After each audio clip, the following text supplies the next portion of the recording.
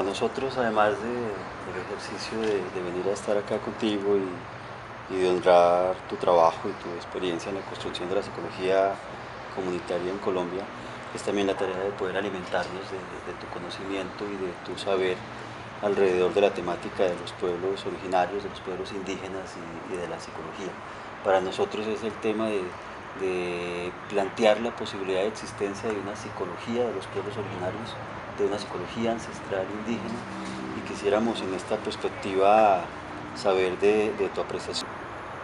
Muchas gracias. Pues yo creo que tomando como punto de partida el tema de la psicología como disciplina, pues es una disciplina que se plantea tratar de entender la experiencia humana y el comportamiento humano, llámese la mente, la conciencia, el inconsciente, el comportamiento o la experiencia, o como se quiera llamar, hasta la interacción. Y tratar de desarrollar un campo de conocimiento pues relativamente sistemático frente a eso. Eso indudablemente incluye la dimensión social, la dimensión relacional, la manera como la persona se experimenta a sí mismo, se experimenta frente a los otros, se relaciona con los otros y en este caso, pues, de qué manera construye un sentido de comunidad. En el caso de la psicología comunitaria, precisamente, nos interesa muchísimo ver de qué manera los seres humanos construyen un sentido de comunidad, construyen un sentido de nosotros, y desde ese punto de vista a la psicología le compete todo aquello fenómeno donde haya seres humanos y donde esos seres humanos se estén relacionando entre sí.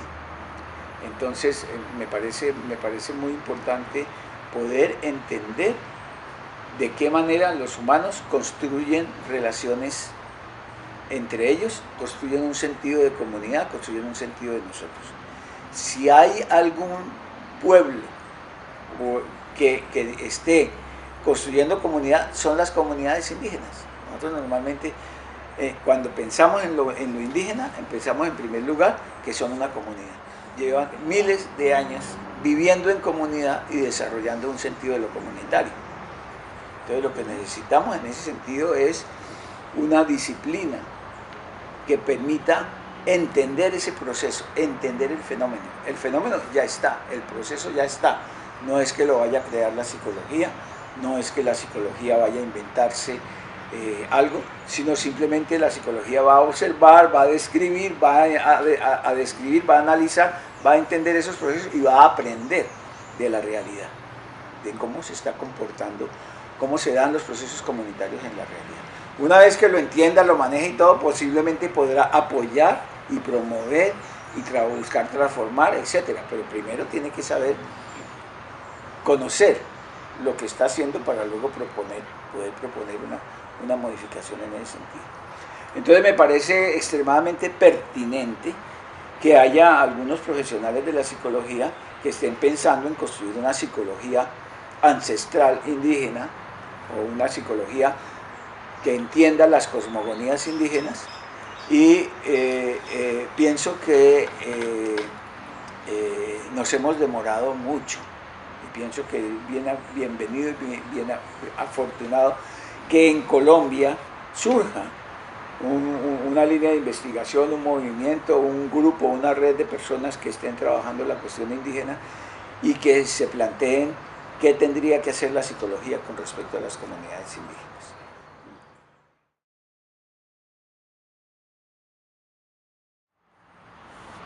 Bueno, yo pienso que la psicología es una disciplina que se ha preocupado por conocer y explorar lo que ha sido la experiencia humana y tematizarla desde diversas miradas de la experiencia. Algunos pueden hablar de la mente, otros pueden hablar del comportamiento, pero finalmente se refiere a la dimensión que llamemos subjetiva, la manera como el ser humano se comporta y la manera como ese comportamiento afecta a otros. Cuando tú hablas de sentido de comunidad o del sentido de nosotros, ¿qué es? Porque yo no sé si los psicólogos lo tenemos muy claro y por eso también la dificultad de las Bueno, redes, de lo pero son común. dos cosas diferentes. Una Por cosa eso. es qué es el sentido de la comunidad y otra cosa es si los psicólogos lo tienen claro. Por ¿No? Son dos ejemplo. cosas, son cosas Sí. diferentes. Yo pienso que los psicólogos en general no lo tienen claro porque los psicólogos en su gran mayoría se dedican a lo que llamamos la psicología hegemónica, que es individualista y que piensa los procesos de una manera individual, trata de entender el comportamiento en función de lo que sucede intrapsíquicamente, ¿sí? Y de una manera individualista, y muy difícilmente el psicólogo piensa los problemas del comportamiento, de la conducta, de la experiencia en relación entre las personas. Entonces ese digamos es un sentido diferente. Cuando nosotros hablamos del sentido de comunidad, nos referimos a la experiencia que puede tener un individuo, una persona o un grupo de individuos, un grupo de personas, donde se desarrolla un sentido del nosotros. Un sentido del nosotros y de que nosotros pertenecemos, estamos comprometidos, ligados, vinculados a este territorio, vinculados a estas creencias, vinculados a este movimiento social, a este conjunto de personas, y ese sentido de nosotros es una relación de interioridad con el otro. Yo sé que tú y yo somos nosotros y sé que él no hace parte de nosotros. Es una experiencia subjetiva que cada una de las personas tiene, y desde el punto de vista comunitario se refiere en el sentido clásico a un conjunto de personas que están vinculadas a un territorio, que han desarrollado unas prácticas culturales que les permiten identificarse como nosotros somos los de la comunidad tal, nosotros veneramos a la Virgen del Carmen, nosotros somos los inmigrantes que venimos de Cuba, por ejemplo. Cada forma de categorizar es un sentido de nosotros que permite que en las relaciones entre ellos se den ciertas experiencias y se den ciertas posibilidades que no se dan entre otras personas. Entonces, en términos pragmáticos, la psicología comunitaria pues piensa que el primer punto de partida para la construcción de un sentido de nosotros es el poder tener un proyecto común. Cuando hablamos de lo comunitario, nos referimos a una relación de interioridad donde las personas se reconocen como pertenecientes a un mismo proceso y genera vínculos de afecto, de apoyo mutuo, de solidaridad y de comprensión. Digamos, las personas que están involucradas en un proceso comunitario es como una pareja de enamorados que están involucrados en un proceso de enamoramiento. Lo que el uno piensa, el otro inmediatamente lo está sintiendo, porque es un solo proceso el vínculo de pareja, ¿no? O el vínculo de un proceso comunitario va en el mismo sentido. Es una relación que en la teoría de grupos de Sartre se llama grupo en fusión, ¿no? Que se diferencia al grupo serial, que es el conjunto de personas que están organizados alrededor de un interés particular, un interés individual, pero que se miran entre ellos como extraños. Ahí no hay proceso comunitario. Ahí puede haber procesos de competitividad, de eficiencia, etcétera, pero no de comunidad. Entonces es una diferenciación clásica de Tuning por allá en los años 1800 y pico, que él diferenciaba los procesos comunitarios, donde hay vínculos de afecto y solidaridad, de los procesos de las asociaciones donde no son vínculos comunitarios, sino giran alrededor de un interés social, ¿no? Entonces más o menos a eso se refiere el sentido de comunidad. Sí. Cuando yo digo una psicología hegemónica, me refiero a una psicología que se ha desarrollado a la psicología occidental, que es la psicología propiamente dicha, la psicología occidental, que se ha generado alrededor de una cosmogonía. Y esa es la cosmogonía materialista, productivista, cientificista,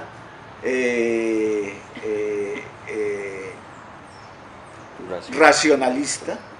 Es una cosmogonía racionalista que no reconocemos como una cosmogonía, sino que pensamos que simplemente es el deber ser de la realidad. No pensamos y es una cosmogonía como puede ser la cosmogonía indígena, puede tener otras particularidades, etc.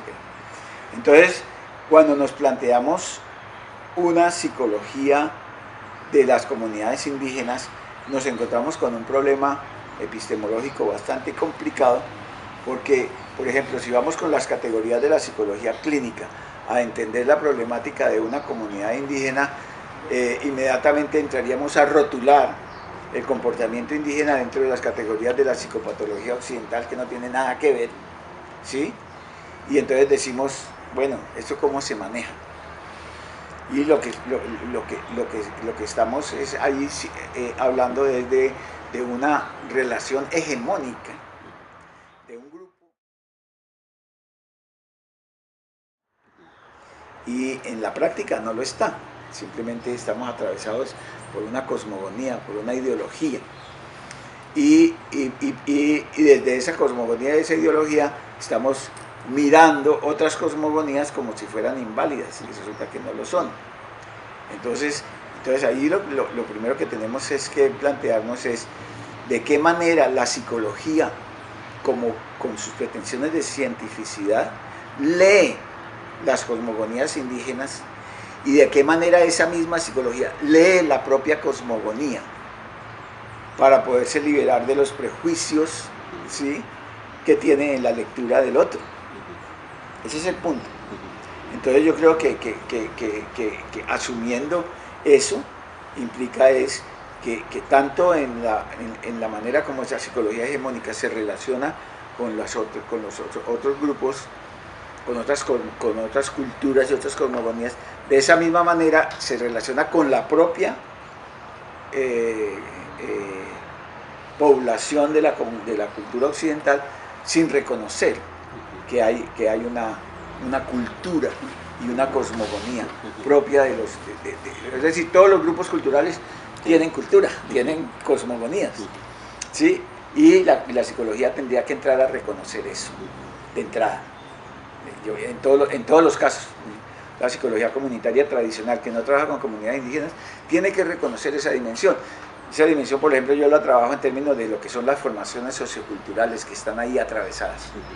Lo que no se puede hacer es que una ideología, por ejemplo la lectura psicopatológica, que es puramente ideológica, se le aplique tanto a los unos como a los otros sin ninguna perspectiva crítica frente a eso.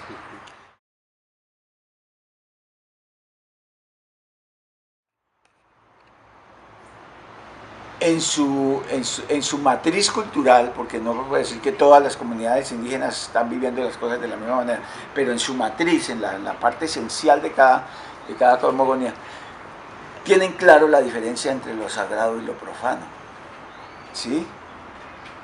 Los occidentales no. Para los occidentales todo es profano, porque hay que ser racionales. Y al ser racionales hemos perdido el contacto con lo sagrado. Y entonces ahora, para pensar la reconexión con la madre tierra, pues tenemos que pensar en una terapia súper especializada de reconexión. Eso para mí, digamos, desde un punto de vista de una lectura occidental, pues es el colmo de salud mental. ¿Sí? El colmo de salud mental, que ellos no han perdido el sentido de lo sagrado y veneran.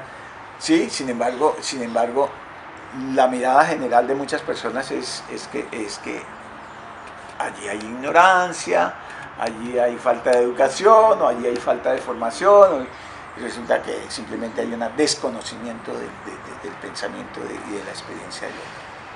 Entonces, una dimensión fundamental para desarrollar en una línea de investigación, por ejemplo, de psicología ancestral indígena, es el sentido de lo sagrado.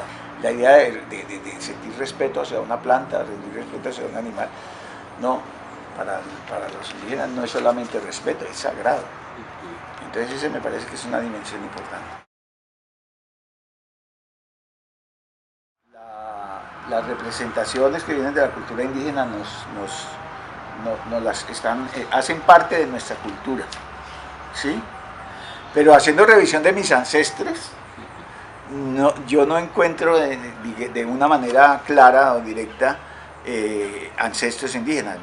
mis ancestros de la línea paterna son españoles, de la línea materna, pues ambos son familias antioqueñas y la línea materna parece ser árabe.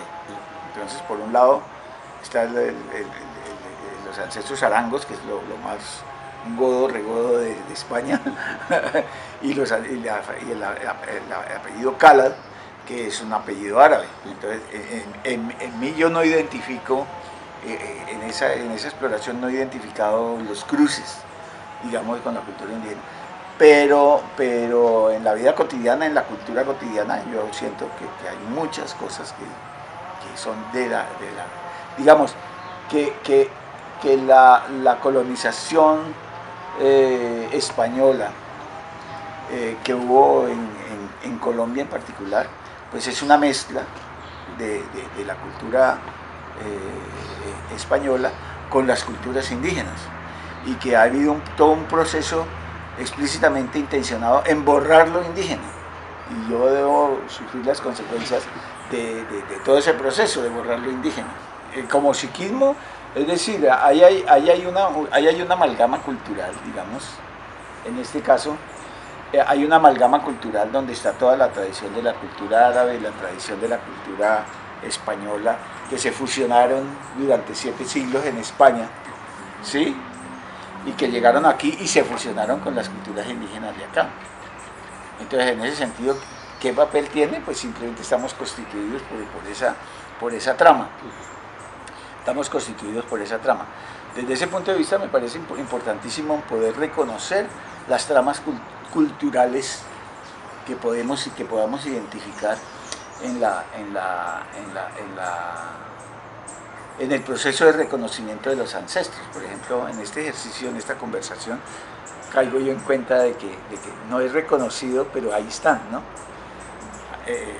Ahí están. Si los españoles se cruzaron con los indígenas, con las indígenas, estamos mitad y mitad, ahí está, ¿sí? Pero no hemos hecho la reconstrucción de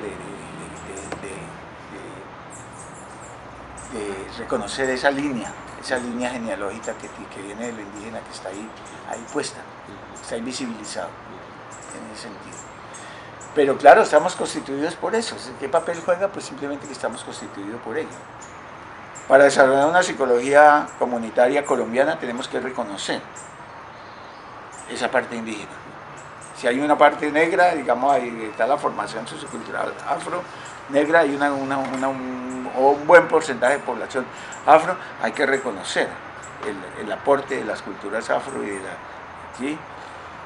Entonces simplemente el para qué es simplemente porque necesitamos una sociedad que reconozca sus orígenes, reconozca las culturas de las que nos hemos formado.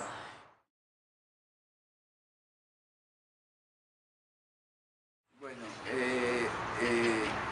digamos que si miramos nosotros un poco lo que ha sido la historia de la psicología, de cómo se fue la psicología separando de la filosofía, ¿sí? Para constituirse en una ciencia, yo pienso que tenemos nos encontramos con la pretensión de partir solamente de hechos, que fueran hechos objetivos, hechos científicos, y tratar de dejar a un lado el tema de la subjetividad, a pesar de que la subjetividad de hecho hace parte del objeto de la psicología, esa es la paradoja. De todas maneras, la pretensión de hacer una psicología científica, una psicología científica llevaba a no reconocer ciertos hechos como dignos de ser tenidos en cuenta en un estudio científico, por ejemplo el hecho religioso. Entonces nos encontramos con posiciones como la de Sigmund Freud, ¿no? Donde considera que el fenómeno religioso hace parte de la irracionalidad del inconsciente, ¿sí? Pero también nos encontramos con fenómenos como la propuesta de Carl Jung, donde reconoce que sí, efectivamente lo religioso hace parte de la dimensión del inconsciente, pero el inconsciente es el objeto de estudio y por lo tanto hay que reconocer la dimensión de la religiosidad. Son dos posiciones completamente diferentes, ¿no? La de Freud y la de Jung, ¿no? Entonces escasamente Freud reconoce la existencia de un sentimiento oceánico, ¿no? Pero más allá de eso, lo demás es irracionalidad o superstición o algo así. Habría que revisar el tema con mucho más cuidado.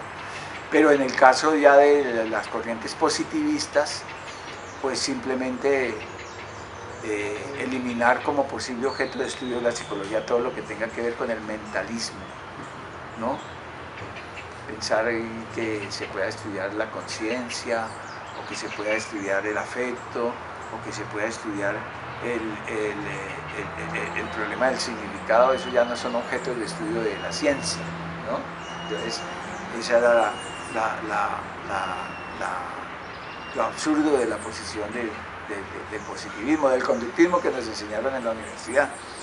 Entonces yo pienso que lo que está detrás es un preconcepto, un prejuicio respecto de qué es lo que nosotros debemos reconocer como real,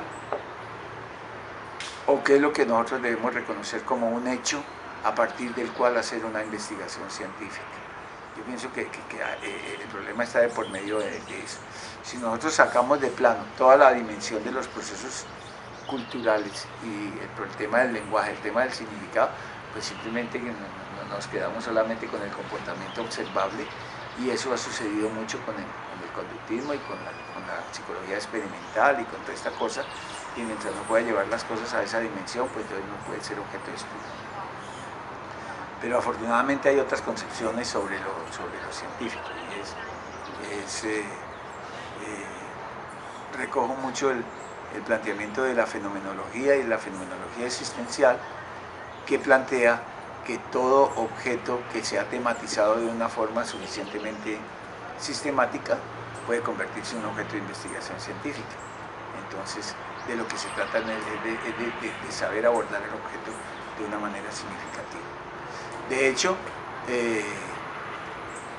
tenemos muy pocos estudios sobre la psicología de lo espiritual o la psicología de la religiosidad, ¿no? Más bien la religiosidad se convierte como en un objeto de estudio más antropológico que psicológico. Y digamos que los antropólogos recogen el fenómeno religioso en términos descriptivos, en términos de cosmogonías, por ejemplo, pero no lo tematizan, digamos, como una dimensión que hace parte de la capacidad del ser humano de trascender. En el caso de la psicología, pues tenemos el fenómeno de la trascendencia, que está reconocido como una dimensión de la experiencia psíquica, la capacidad de actuar de una manera trascendental, la capacidad de tener experiencias pico, experiencias cumbre, la experiencia cumbre como el máximo estado de realización del ser humano, todo esto tematizado entre lo que es la psicología humanista, de la misma fenomenología, la fenomenología existencial, que ahora se llaman en psicología humanista y que ahora están llamando psicología transpersonal, ¿sí? Y es reconocer que una de las modalidades de la experiencia humana es la experiencia espiritual, la dimensión de la experiencia espiritual, que me parece completamente legítimo y que es como la vía a través de la cual podemos empezar a reconocer la importancia de lo sagrado en la realización del ser humano. La experiencia comunitaria es transpersonal y la experiencia transpersonal es comunitaria. Tú no desarrollas tus experiencias de tu espiritualidad a solas, aunque estés meditando solo, no lo desarrollas a solas. Tú lo desarrollas en una colectividad a través de una serie de ceremonias, de un sentido, de un sentido de lo colectivo. Y hay una mediación, hay una transmisión cultural, hay una ritualidad, hay unos contenidos míticos, simbólicos, tradicionales que están en juego, que no son individuales, no nos los hemos inventado nosotros, ¿sí? Así se nos aparezca pues el Espíritu Santo y nos transforme, como la experiencia de San Pablo, ¿no? De ser ateo y perseguidor de cristianos, de pronto tuvo una inspiración y se volvió cristiano, ¿no? mediación del Espíritu Santo, esa experiencia no es individual. Esa experiencia es en el contexto de un proceso social, psicosocial, que le tocó el núcleo, si quieren, le tocó su núcleo psicótico y se transformó, le tocó el punto espiritual y se transformó. Pues eso no es una experiencia individual. Sí, independiente de lo humano que lo signifique, es decir, la existencia, un poco el debate filosófico de la existencia de la realidad más allá de un hombre en sí, de un hombre para sí, el asunto de la existencia de Dios, independientemente del hombre que le dé valor de significado a Dios.